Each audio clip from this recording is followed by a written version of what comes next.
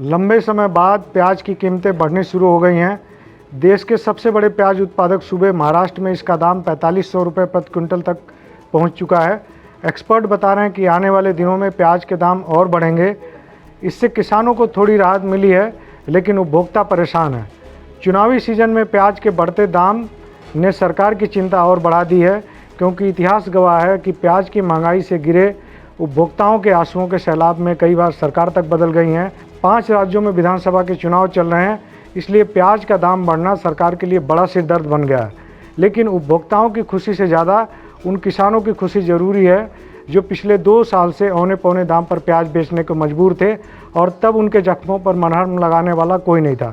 लेकिन आज असली मुद्दा यह है कि आखिर दाम बढ़ क्यों रहा है। इस वीडियो में हम इसे डिकोड करने की कोशिश करेंगे। दोस्तों नमस्कार, मैं हूं ओम प्रकाश और आप देख रहे हैं किसान तक। दरअसल प्याज का दाम बढ़ने के पीछे एक लंबी कहानी है, जिसकी पटकथा पिछले 2 साल से लिखी जा रही थी। इसके लिए हमारा बाजार और सरकार दोनों ही जिम्मेदार हैं। खासतौर पर पिछले 2 साल से किसान 2 से 9-10 रुपये किलो के औसत दाम पर प्याज की बिक्री कर रहे हैं और अपनी बदहाली से तंग आकर अब लगता है कि प्याज अपना बदला लेने आ गया है। यह ट्रेंड रहा है कि जिस फसल का दाम बहुत कम मिलता है, किसान 1 या 2 साल तक इंतज़ार करने के बाद या तो उसकी खेती छोड़ देते हैं या फिर उसे कम कर देते हैं, क्योंकि घाटा सहकर तो कोई किसान खेती कब तक करेगा। यही प्याज के साथ हुआ है। पिछले 2 साल से किसान सरकार के सामने गुहार लगा रहे थे कि उनकी लागत भी नहीं निकल पा रही है, इसलिए उसकी भरपाई की जाए, कम से कम इतना दाम मिले कि उनकी लागत निकले। लेकिन उनकी बातों को अनसुना कर दिया गया और आज हालात ये हैं कि उपभोक्ताओं को ज़्यादा दाम पे प्याज खरीदने के लिए मजबूर होना पड़ रहा है, क्योंकि किसानों ने प्याज की खेती कम कर दी है और इसीलिए आज प्याज का दाम 45 रुपये किलो तक पहुंच गया है। लेकिन उसके पीछे क्या क्या मुख्य कारण हैं और क्या क्या वजह है, उसको भी जानने की कोशिश करते हैं। खासतौर पर रकबा और उत्पादन में कितनी गिरावट आई है, इसकी आधिकारिक जो डेटा है उससे वो करते हैं। किसानों ने इस साल खेती घटाई है, उसकी तस्दीक कृषि मंत्रालय की एक रिपोर्ट भी कर रही है जो अभी हाल में ही आई है, जिसमें ये बताया गया है कि प्याज की खेती का रकबा करीब 2 लाख हेक्टेयर कम हो गया है। पिछले 1 साल में जो उत्पादन है वो करीब 15 लाख मीट्रिक टन कम हो चुका है। जो सरकार द्वारा बफर स्टॉक जो सरकार ने प्याज का रखा उससे करीब 3 गुना है। 5 लाख टन का सरकार ने बफर स्टॉक रखा है और 15 लाख टन उत्पादन कम हो गया है। कम से कम 10% का जो एरिया है वो गिरा है और 10% एरिया गिरने का मतलब यह है कि काफ़ी उत्पादन कम हुआ है और उसका बड़ा असर यह है कि आज हमें 45 रुपये 50 रुपये किलो थोक मार्केट में दाम हो गया है, जिससे आने वाले दिनों में ये 60 70 80 रुपये किलो तक पहुंच सकता है। दूसरी बात एक और है कि सबसे बड़ा प्याज उत्पादक सूबा है महाराष्ट्र। वहाँ पे खरीफ सीजन के प्याज में करीब 1 महीने की देरी हो चुकी है। मानसून की जो बारिश थी उसमें जो देरी की वजह से इस बार खरीफ का प्याज बाज़ार में समय से नहीं आया है। इस वक्त तक खरीफ सीजन का जो लाल प्याज होता है, जिसकी स्टोरेज नहीं होती है, वो बाज़ार में आ जाता था, लेकिन इस साल वो बाज़ार में अभी तक नहीं आया। इससे जो मार्केट में प्याज की तेज़ी का जो माहौल है वो कायम है और ये अभी अगले 1 महीने तक कायम रहेगा। इसमें एक और चीज़ जो उपभोक्ताओं को नुकसान हुआ है वो नाफेड की जो खरीद पॉलिसी है, जो उसकी प्याज की जो बिक्री पॉलिसी है उससे भी हुआ है। नाफेड ने सस्ता प्याज जो इस समय जो मार्केट में डालना चाहिए था, वो जब 25-30 रुपये किलो अगस्त में प्याज था तभी उसने सस्ता प्याज निकालना शुरू कर दिया और इसलिए आज जो है प्याज का दाम काबू करने के लिए सरकार के पास उस तरह का कोई मैकेनिज़्म नहीं है, क्योंकि एक्सपोर्ट पे पहले ही 40% ड्यूटी लग चुकी है और नाफेड अपना ज़्यादातर जो प्याज है वो मार्केट में निकाल चुका है। तो कहीं ना कहीं नाफेड भी इस मामले में गच्चा खा गया कि उसको प्याज कब निकालना चाहिए था। लेकिन अब बात करते हैं कि इसका समाधान क्या है। इस बात में कोई शक नहीं कि दाम ज़्यादा बढ़ने की वजह से महंगाई बढ़ती है, लेकिन महंगाई के लिए क्या सिर्फ प्याज, टमाटर, दालें और गेहूं चावल ही जिम्मेदार हैं? इस पर भी हमें विचार करने की ज़रूरत है। किसी भी चीज़ का दाम जब बहुत ज़्यादा बढ़ेगा तो निश्चित तौर पे वो उपभोक्ताओं के पहुंच से दूर हो जाएगा, लेकिन इसको भी सोचने की ज़रूरत है कि किसानों को कम से कम उनकी लागत का दाम तो देना ही होगा, वरना 1-2 साल तक जिस चीज़ का बहुत ज़्यादा नुकसान होगा। आप सस्ता खाएंगे वो दूसरे या तीसरे साल आपको महंगा मिल सकता है, क्योंकि किसान अगर उसकी खेती कम कर देंगे तो उसकी आवक कम होगी मंडी में और उसका असर आपकी जेब पे निश्चित तौर पे पड़ेगा। प्याज के मामले में कम से कम यही होता नज़र आ रहा। अब बात करते हैं कि उत्पादन लागत कितनी है और किसानों को मिल क्या रहा था। पिछले 2 साल से महाराष्ट्र के किसान, महाराष्ट्र की बात इसलिए हो रही क्योंकि 43% वहाँ पे प्याज उत्पादन होता है देश का, वो 2 से 3 रुपये किलो और 5 रुपये किलो, मैक्सिमम 10 रुपये किलो प्याज बिक रहा था।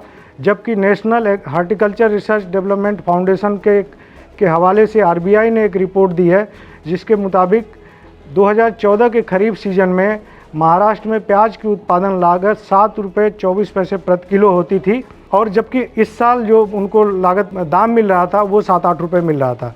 यानी जो 2014 में लागत थी वो हम 2023 में भी दाम कुछ महीने हमने दिया है, कुछ महीने उतना भी दाम हम किसानों को नहीं दे पाए।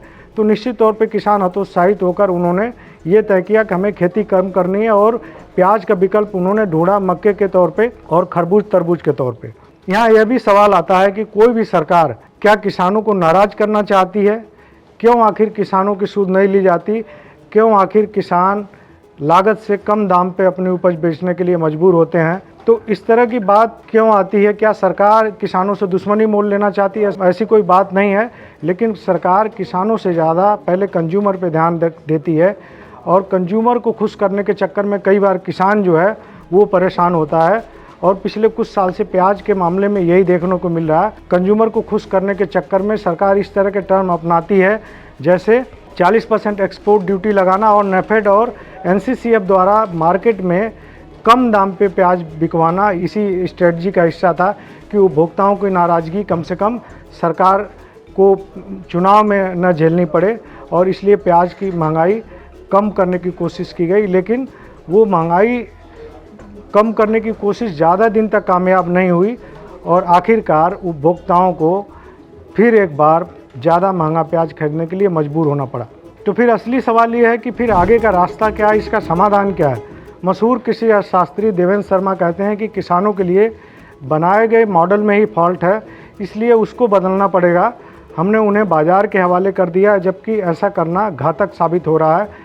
उनकी एक एश्योर्ड इनकम तय करनी पड़ेगी कि उत्पादन लागत के मुताबिक उस पर मुनाफा जोड़कर एक एश्योर्ड इनकम उनको मिले, वरना यही हाल रहेगा कि कभी उनको दाम कम मिलेगा तो अगले साल वो खेती करना कम कर देंगे, और फिर उसकी चपेट में उपभोक्ता आएगा, क्योंकि उसको ज़्यादा दाम चुकाकर कोई भी जो उपज है वो खरीदनी पड़ेगी। शर्मा ने ये सुझाव दिया है कि किसानों के लिए सभी फसलों का एमएसपी तय हो और उपभोक्ताओं के लिए एमआरपी, ताकि किसानों और उपभोक्ताओं दोनों का नुकसान न हो और ट्रेडर बेहिसाब कमाई न कर पाएँ। किसानों को एश्योर्ड प्राइस दें और उपभोक्ताओं के लिए सुनिश्चित करें कि उनको किसानों को मिलने वाली जो रकम है उससे दोगुना दाम न चुकाना पड़े। तो इस तरह से किसानों की भी समस्या का समाधान होगा और उपभोक्ताओं को ज़्यादा पैसा देकर प्याज या कोई भी उपज नहीं खरीदनी पड़ेगी। अभी जो सरकार से किसान नाराज़ हैं वो इसलिए नाराज़ हैं प्याज के मामले पे, क्योंकि प्याज का दाम जब अगस्त में बढ़ना शुरू हुआ था तब 17 अगस्त को सरकार ने 40% एक्सपोर्ट ड्यूटी लगाई, और ये एक कदम एक्सपोर्ट ड्यूटी प्याज पे लगाने का कदम इतिहास में पहली बार उठाया गया था। और उसके बाद भी सरकार को संतोष नहीं हुआ तो उसने नेफेड और एनसीसीएफ से सस्ते दाम पे मार्केट में प्याज बिकवाया, जिसकी वजह से अगस्त में जो दाम बढ़ने का ट्रेंड था वो एकदम से बैक हो गया। वो कम से कम 30-40% दाम घट गया। उसी समय नेफेड और एनसीसीएफ ने अपना ज़्यादातर प्याज जो बफर स्टॉक में रखा हुआ प्याज था वो मार्केट में डाल दिया। इससे अगस्त और सितंबर तक पूरा कंट्रोल में रहा मार्केट, लेकिन अक्टूबर तक आते आते जब खरीफ सीजन का नया प्याज नहीं आया और इनका नेफेड एनसीसीएफ की सारी कोशिश फेल हो गई, तब जाके इसका दाम बढ़ना शुरू हो गया। लेकिन असली सवाल यही है कि आखिरकार किसान कब तक इस तरह की स्थितियों का सामना करेंगे कि जब उनका दाम बढ़ेगा तब आप उस पर डंडा चलाएंगे, आप उनको इस तरह की पॉलिसी में उलझा देंगे कि उनका दाम कम हो जाए, और जब दाम कम हो जाएगा उनकी सुध लेने वाला कोई नहीं रहेगा। फिलहाल इस तरह की और खबरों के लिए बने रहिए किसान तक के साथ। अगर ये वीडियो आपको पसंद आया है तो इसे लाइक ज़रूर करें। अगर चैनल अभी तक सब्सक्राइब नहीं किया है तो कर लें, और नोटिफिकेशन पाने के लिए बेल आइकन भी दबा दें।